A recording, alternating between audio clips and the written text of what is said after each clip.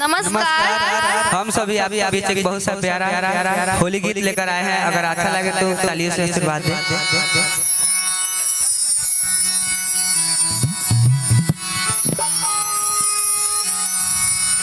होली आई होली आई होली आई, मस्ती लाई मस्ती लाई मस्ती लाई। होली आई होली आई होली आई, मस्ती लाई मस्ती लाई मस्ती लाई। होली आई होली आई होली आई, मस्ती लाई मस्ती लाई मस्ती लाई। होली आई होली आई होली आई, मस्ती लाई मस्ती लाई मस्ती लाई।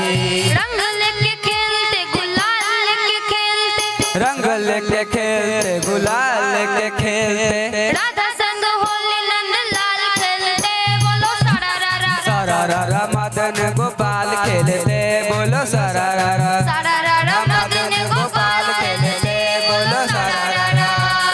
होली आई होली आई होली आई, मस्ती लाई मस्ती लाई मस्ती लाई।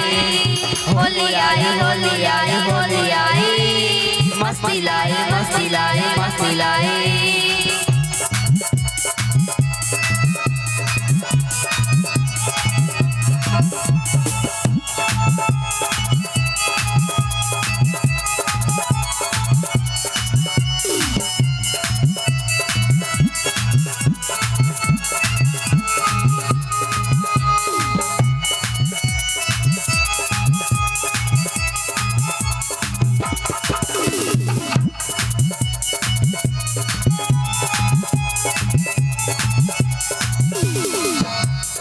होली खेल खेल पीरा अवध में, होली खेले रघुवीरा। होली खेले रघुवीरा अवध में, होली खेले रघुवीरा।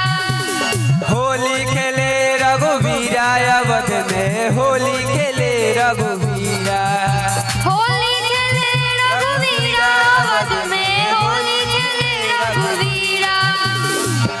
हिल मिलावे लोग लुगाई, हिल मिलावे लोग लुगाई, हिल मिलावे लोग